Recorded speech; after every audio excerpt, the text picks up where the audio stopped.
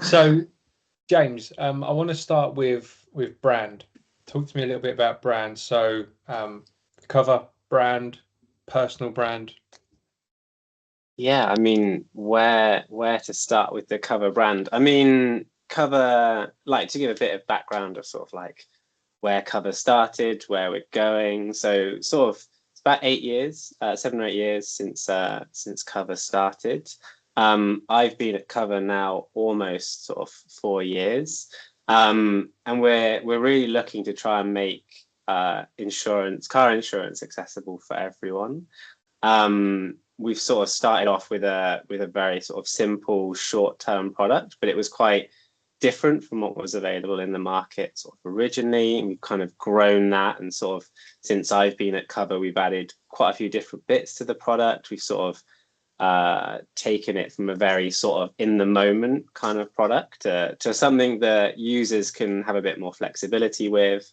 We've been opening that up to sort of other sets of users. We went live with international driving licenses, things like that quite recently, sort of expanding like the cover brand and sort of scope that it can be within quite a lot. But essentially, like, we're really trying to make it really simple for users and really take it away from that sort of very sort of structured approach that a lot of insurers do, and keep it quite limited to sort of, this is what you need to do in order to change something. You need to go through a set of processes. We try and take a lot of that away from the user, try and automate as much we can, sort of reaching out to other agencies and things, and really working with like UK driving license, the DVLA, and sort of really getting access to a lot of that information automatically for users. And sort of on my side, like, the brand is like, obviously engineering management has and engineering leadership has changed quite a lot, I'd say, even over the last couple of years. Like, looking at sort of what companies are looking for, what they're trying to kind of restructure with all the sorts of things like AI, and sort of what is engineering management, it's changed quite a lot. And that's where personally I've looked at sort of, what do I want to be as an engineering manager? What do I want to be able to do? What's the industry looking for? And also, what kind of companies do I want to work for? I've worked for quite a few startups over the years and sort of smaller companies. It's like, what are they looking for versus what are the bigger companies looking for, and things like that. And sort of, what can I do to help drive both the teams that I work with and the businesses that I work with? What can I do to like empower them and to drive them forward, and really sort of work with the users that we've got, and develop the really great products, really. Hmm. So, looking to make car insurance accessible for everyone, and I guess a big part of that is reducing the monotony of actually contacting your car insurer. Yeah, like, there's a lot, if you sort of want like the really sort of basics of what Cover wanted to achieve is that you buy in the UK, you kind of insure yourself and the vehicle together. It's different in other countries, but focusing on the UK, it's very much the person in that vehicle. So initially, if you wanted to kind of go to the pub, and someone else is willing to not drink, so they're able to drive back, you'd still have to take like a taxi, or you'd need to find another way to get home, public transport, things like that, and then pick up the car the next day. Whereas with Cover, you can actually insure someone on your vehicle really quite cheaply, almost for the same price it'd probably cost for you to take the taxi home. Insure them on your car super quickly, set that account up, get all the information, get a price really quite quickly, and then you're able to drive that vehicle home nice and simply. Like, there's really little faff. There's no sort of calling up an insurance and Mm. paying anything like that extra. It's very quick, looking to make it as easy for users as possible, and really sort of aiming to get other people being able to be insured on different vehicles as much as possible. There's like loads of different use cases we've worked with, sort of from borrowing vehicles, like in a car club situation. Not everyone has access to a car, or doesn't really need a car within some of like kind of cities within the UK. Like, London's At quite London, yeah. well is definitely a lot of public transport around, but there's always going to be that occasion when you want to go slightly further out, or you even want to share a ride with someone. I was talking to someone the other day, and they was talking about going home to their family in sort of the South Wales. Like you could get a train. You're kind of restricted in that way. It can be quite expensive, but if someone's got a car and you can kind of share that ride with them and actually give back by helping to drive part of the distance or being able to swap, it really like sort of actually makes that car a little bit more valuable, and it kind of allows someone to share that, which makes the journey much easier. And that's what And we you know want to that kind of drive. that example you gave, where so say you was at the pub and then you had a drink, so you wanted to insure a mate, that you can do that all through the app in like a few All minutes. do through the app. Yeah, it's very easy to do. Like you need your driving license. Kind of, we go through a few steps around sort of know your customer that we have to do, but we try and make that really simple for users and like as easy as possible, so that we get through a price, get them through that process. We are a bit different that we were sort of require a picture of the vehicle up front as well, but that allows us to try and keep that cost down and sort of work in ways to make that as easy as possible for users. There's Very also good. like when you purchase like a second-hand car, and I actually before I joined Cover, this is sort of how I knew about Cover, was didn't know if I was going to buy the vehicle or not. Went over there, kind of looked around the vehicle, sent that I'm going to take that vehicle away. Had a quick test drive on their policy. But obviously, to drive away, you need to insure it, Mm. and if you insure it in the moment, you're going to be paying a lot more for that insurance. Like, and that's quite a well-known, documented thing. But what I did was I took sort of a few days out with Cover insurance, did it there and then at the dealership, taxed the car, and then drove it away. And that's all you essentially need to do. I can get the vehicle home. I can then look at sort of longer term annual policies in Mm. my own time. That makes it so much easier and sort of gives the power back to the users to shop around and sort of really pay a better price. And that's what we're trying to do. What an awesome onboarding story for any engineer that you interview. Yeah, yeah, it How you makes was it a like customer. I have actually been a customer. Like, look in the system, you can see me in the dealership there and then sort of taking the photo.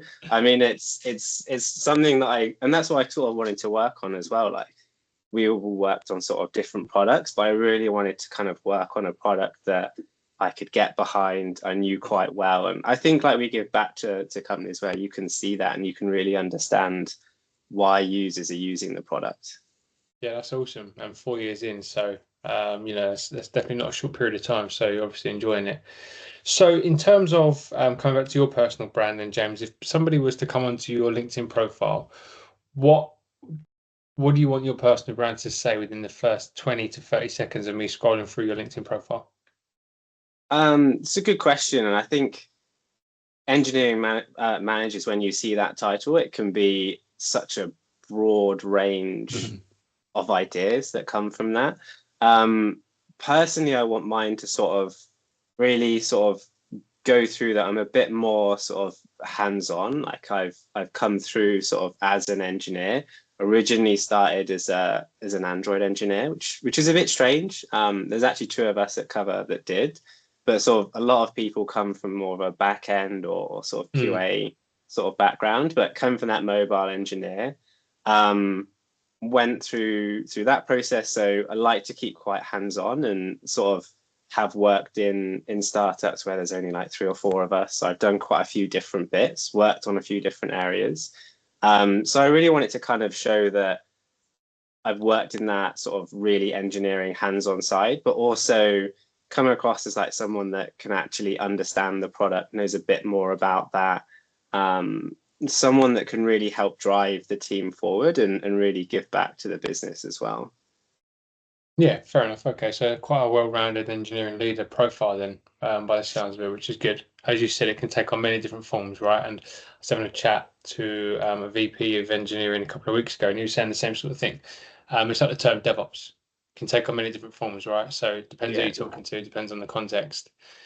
Um, so coming back to Cover then, what drew me into you about 6 weeks ago, 7 weeks ago was the release of the 2024 results, which made headlines across, I think it was the Financial Times had posted an article about it, and then there's a few other people on LinkedIn that were talking about it. It seems that I couldn't get through my feed without something about cover coming up from Yeah. the awesome year you had last year.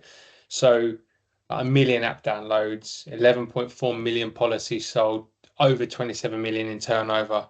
So not to steal the thunder, but do you want to just talk to us a little bit about those results from last year? So where, how, why, and Yeah. what?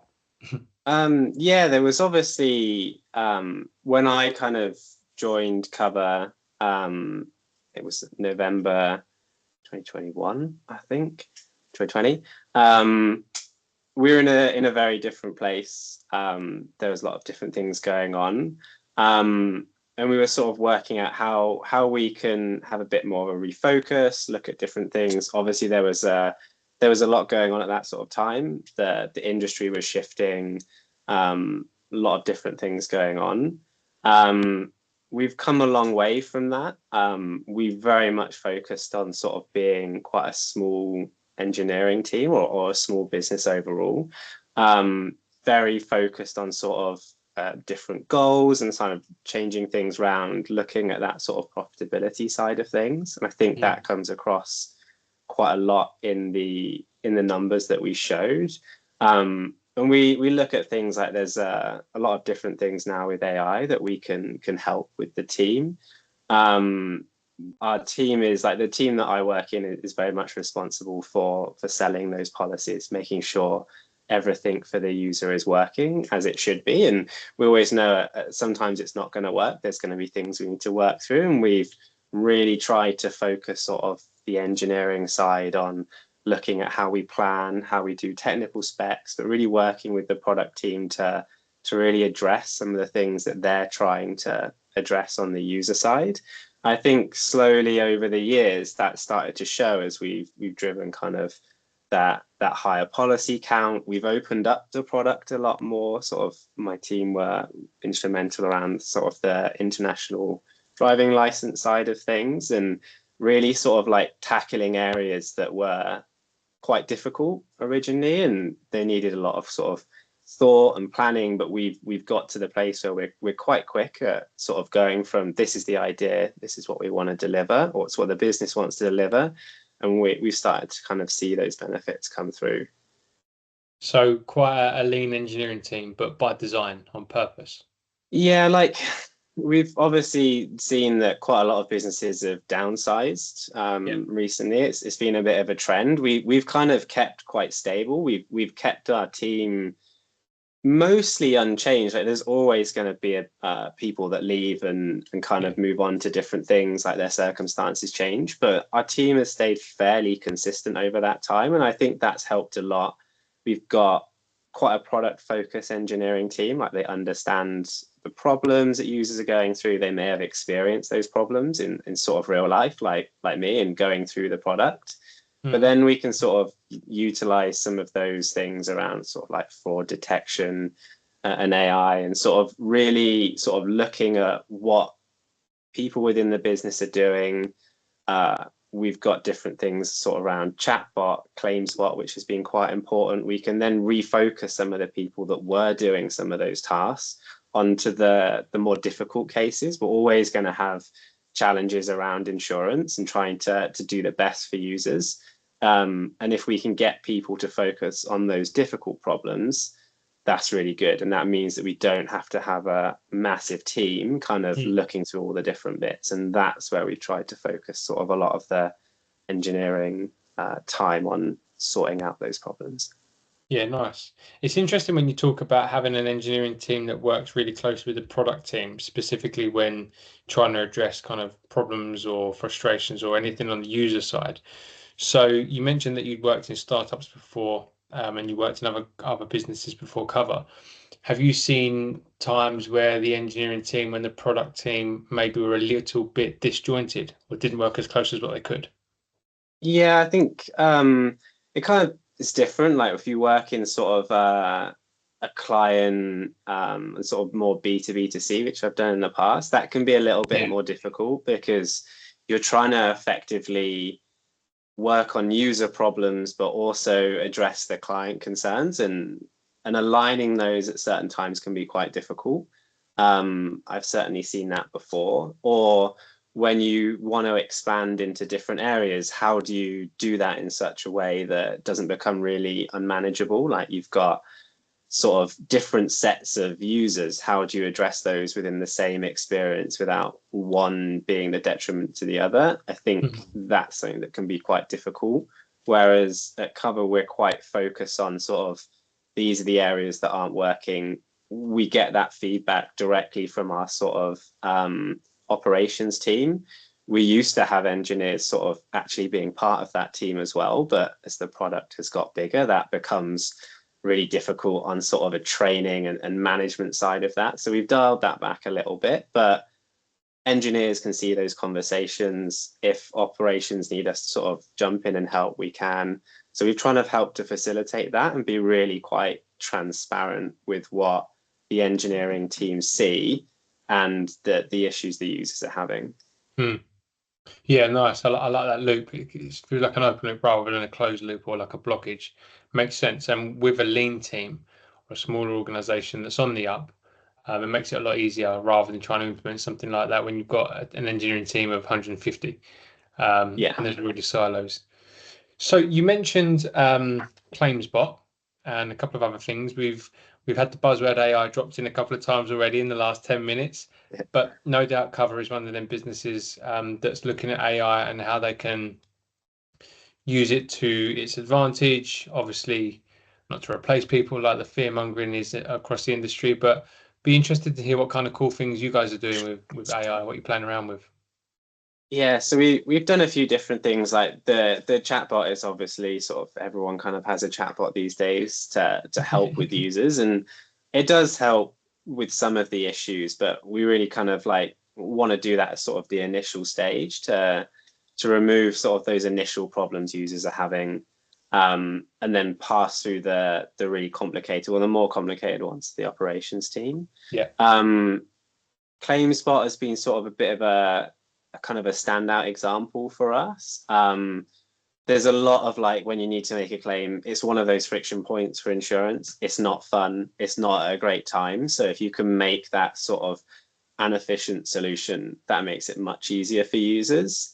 And it actually handles about 46-ish% of all the sort of customer reported claims that we do, which saves a lot of time. It makes things in such a way that we can sort of have efficiencies. We can use people a lot more efficiently within the business, and allows us to keep that sort of leaner team. Um, and that kind of like allows us to also work on more intuitive ways of doing things. You're not taking yeah, like a paper form and having to do those sorts of things. And that claims what has helped us quite a lot, really.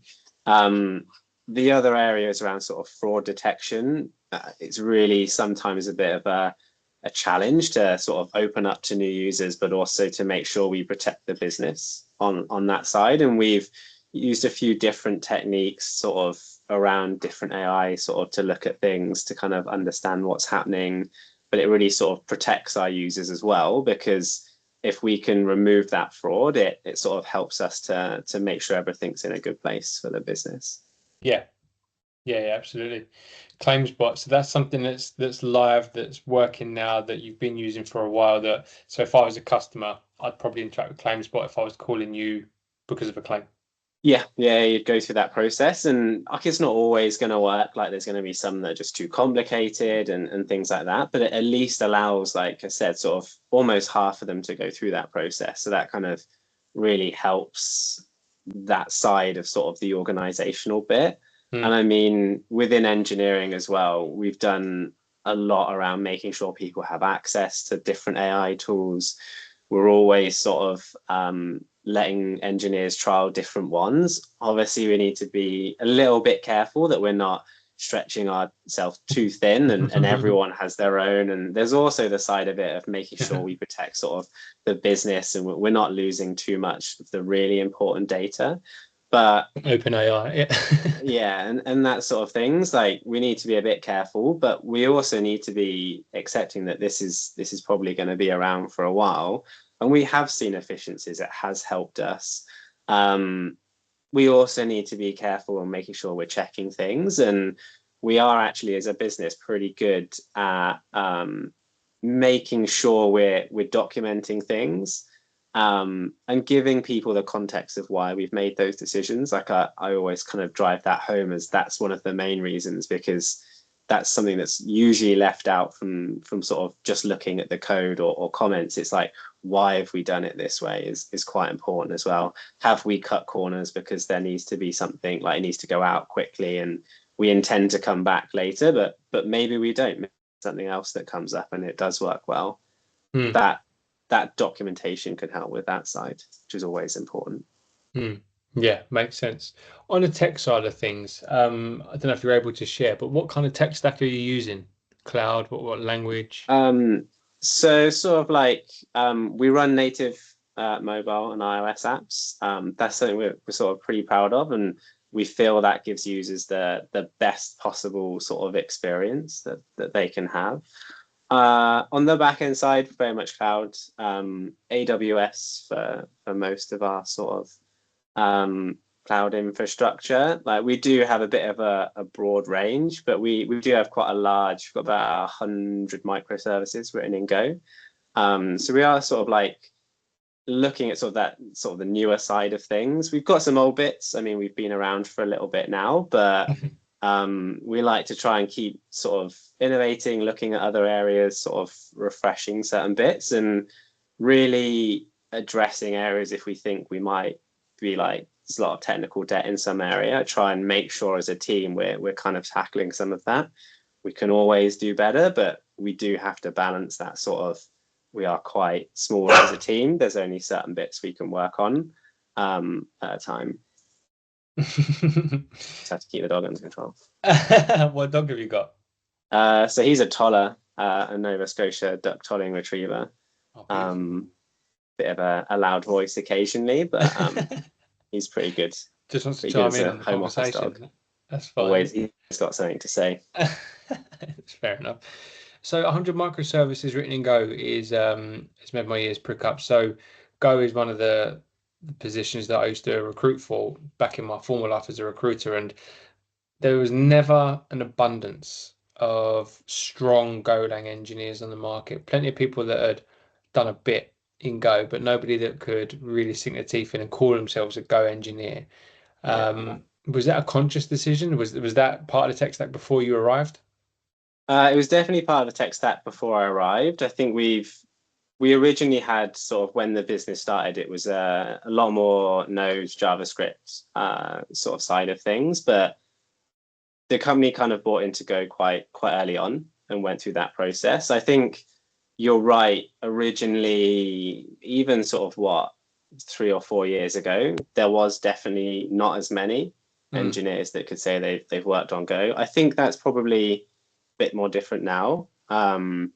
We have done some hiring sort of in the recent months, and we have found there's quite a not an abundance, but there's definitely more people in the industry now that have had that time on hands-on time with Go, which is quite helpful. Yeah.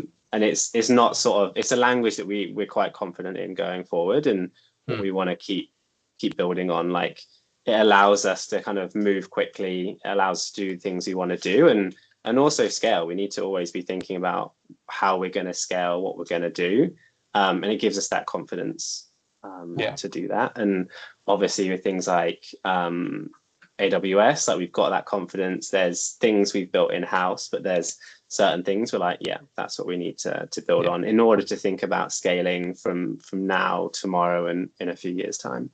Yeah, yeah, I definitely think that the more I learn about cover, the more you can see the reasons why it would scale. So, using things like Kubernetes just makes complete sense. Interestingly, so I work for a company that specializes in nearshore software engineering, so staff augmentation, and I think probably Golang, in my experience, and certainly in the last few months, has been probably the top one or two requests that we're getting come in. So leads that come in are looking for Go engineers because they just can't find the talent here in the UK to hire permanently.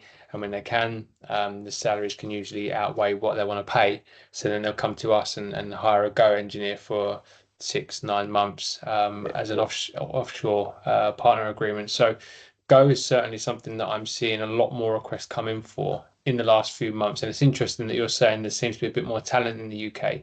I think it's probably maybe a sign of the industry. I mean, I don't know where the Go engineers come from that you're finding, whether they're from large organizations who are making redundancies or if they're from the startup environment who are actually leveraging Go from day one. And these guys have just had 3 or 4 years of working on it. But it certainly seems to be more of a conversation now than it has been previous to the last year. Yeah, it could be either of those, I think. Obviously bigger companies are sort of making those redundancies. We've been very sort of strategic in sort of shortly after I joined that we need to make sure we're hiring people that will benefit the business, but also we can make sure that the business has the space and we have the talent that we can kind of go forward with. We don't want to be sort of in that place where I think quite a few companies were 3 or 4 years ago where it sort of overhired initially, and that's when things were starting to get difficult. Yeah, yeah, absolutely. Yeah. I want to just bring it back to the engineering manager title for a moment, because you're, I think, maybe the fifth engineering manager I've spoken to on this platform in the past few months. And you're right from what you said at the very top of this conversation. You're all very different in terms of the job and the company you work for, the level of responsibility you've got, so on and so on and so on. So how have you found the role of an engineering manager differ from business to business? Talk to me about your feelings behind it. Previously, we spoke about the 3 pillars. So you want to talk a bit about that as well? Yeah, I mean, I don't think it's necessarily a problem that sort of businesses have different ideas of what they want from an engineering manager. I think the only thing it sort of complicates is around the hiring process and making sure you're all talking about the right sort of thing, or whether you're going to fit that business, because that's obviously the other side of it when you're going through the hiring process. It's about, does that person fit as much as will they be able to benefit and things like that. It's got to be that two-way conversation. I think for like sort of a round cover, we've got, and I've spoken about this too before, like the 3 pillars. Like we do quite a bit around delivery. We don't have delivery managers or anything like that. It's something the engineering manager is responsible within our product teams. Like, we are also people managers for the people in our product teams when it comes to the engineering side. So currently I manage seven engineers, and that's across disciplines, so mobile, iOS, backend and full stack engineers. So we're doing sort of that side, people management, and also the sort of technical side as well. Like, there is varying degrees that engineering managers within the business do that, but I quite like to be quite informed is what I'd say. So sort of understanding what's going on. I can have that conversation with engineers, always get involved within incidents and things like that, because I find that's the best way to understand some of their pain points, so we can work on like engineering objectives for the quarter of like, yes, that's the area we need to work on because that was a problem, or is there something around delivery we need to work on as an engineering department to make sure we unblock that so we can deliver quicker, those sorts of things. And I think having that technical understanding helps. It probably helps as well that a lot of the languages are quite similar. I mean, I come from originally Java on Android and then Kotlin, but sort of Swift is quite similar now. Go is not too difficult to sort of get my head around. But then when it comes to like being able to have sort of access to some of these LLMs, like, you have the ability to look at things and understand things, but also you've got something to kind of rubber duck with and ask more technical questions too. And I think that's when they work really well at the moment. Like, if you ask more generic questions, they can lead you astray a little bit. But if you've got really focused questions, that can be quite useful. And also, like, everyone within the business is quite technical at the moment. Like, even our sort of product managers have to understand a little bit of the technical side of that just to understand things, because we do need to move quickly. If you have to explain everything all the time, that's challenging. And a lot of us are sort of quite like, we understand the app. I run sort of sessions when different people join the business, whether they're in engineering, marketing, or something else. I run a session to kind of get them onboarded with how to test the app in our sort of test environment, how to understand things, so that they get a really hands-on understanding of like the product as well. You know, you said about how the product managers need to be fairly technical, or technical to a certain degree anyway. Would it be an idea, or maybe you had this chat internally, maybe you've got it where you have like your own internal GPT, where a product manager or someone can go in, ask a question about what's in the tech stack, but someone like me who's non-technical, it could tell me your tech stack, but then it could say, all right, these are what the microservices do, and it could make me sound technical as far as chatting to someone else.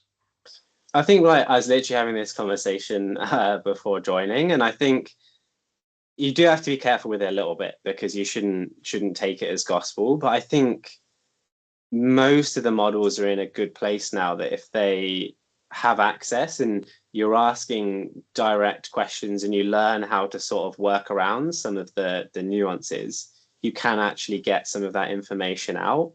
I think it's always like a good idea for the product manager and sort of the engineering manager to really work together, so that they can address any sort of questions and sort of work through that process. And it allows like a conversation to happen up front before everything sort of, before you get an engineer involved. It allows you to have a really high level understanding. And then obviously when we've got that product spec in a good place, that we would call it, then the engineer would work on the technical spec, and they could look at all the detailed aspects of what's happening, and then they can feed back through into that estimation and see if we're in the right ballpark, or whether we need to kind of think, actually, should we be doing that because it's a lot more effort than we expected for what we're going to actually get out of it, or are we in the sort of right area? I think there is definitely a space now where people could start to kind of do that a bit more broadly around the business, but you do have to be careful of sort of not leaking any of the sort of business information in that as well. Yeah, if you had an internal one though. Yeah, I think that's where a lot of things will go. I was listening to a podcast recently. I think Shopify have got sort of, they're really quite far ahead on sort of internal, like almost a layer in the middle that can kind of detect any of that important information, obfuscate it, or change it up. And then I think there's quite a lot of benefit from some of that. Yeah, absolutely. Especially as the business grows, and then you've got people coming in who may be less technically minded than others, because there's only so many technical product managers out there. Having that layer in to be able to offload the time that the engineer would need to spend explaining something to a product manager would be massively beneficial. Okay, and what about? I know you said a couple of times how you're a technical leader, but what about the importance of not being a blocker to anything? So we spoke about getting out of the team's way. Yeah, I think you can be quite, as someone that's an engineer, like as something I see and like, oh, I could help the team do that. I think what I sort of address is like, is this something that I can fix relatively quickly? I've got the time to also address that. That's the other thing. I think there's a lot of people, a lot of engineering managers have the ability, but do they have the time? Is there something else they could be doing that will enable two other people to do different pieces of work, rather than then doing something that maybe saves someone like an hour's worth of time? You've got to kind of draw on that line.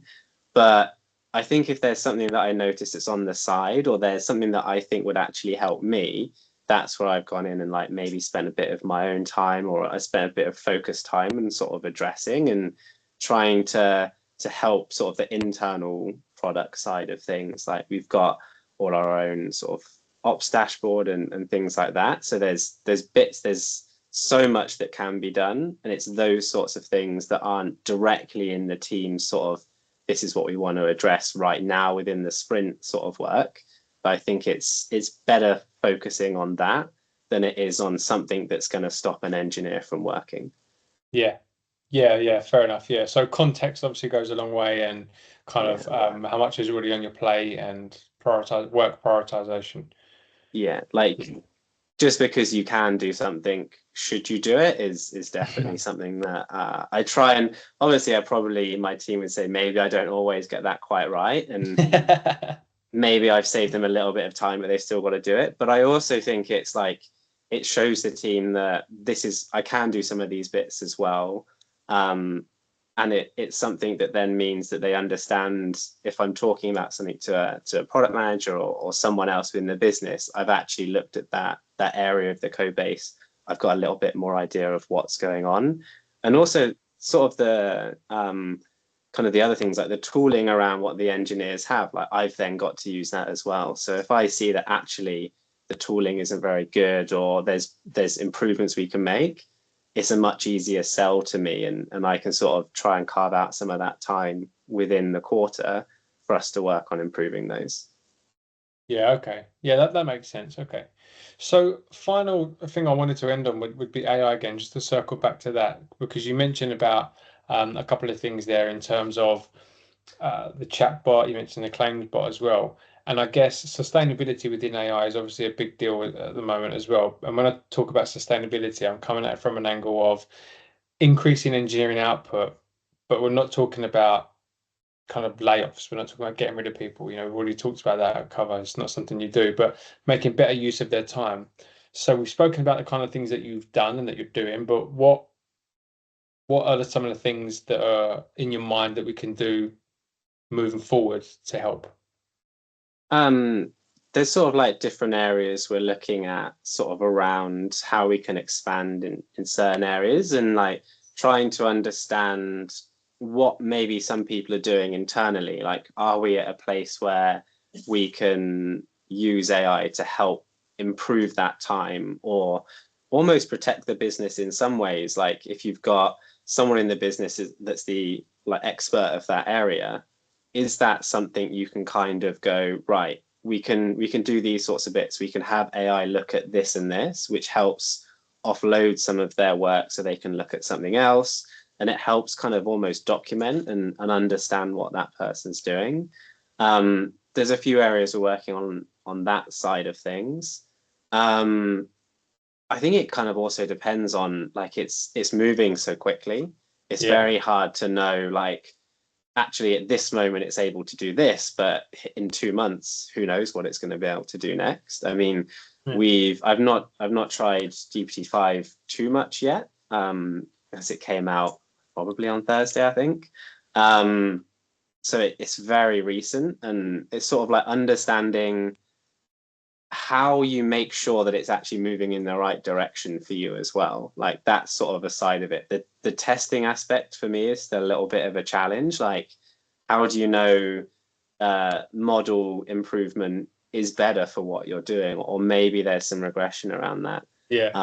I think I've seen a few things sort of different companies are doing, and you've almost at the moment got to get another LLM or AI to check the work of your other one to see if there are improvements or not, and it's quite complicated along that sort of lines. I think that's an area that will be quite interesting to see how that develops over the coming months and years, and sort of then how things are going to improve, what's going to change, and then what you can do next. And I think it will help us kind of grow the business, and also to kind of automate even further along those sorts of lines.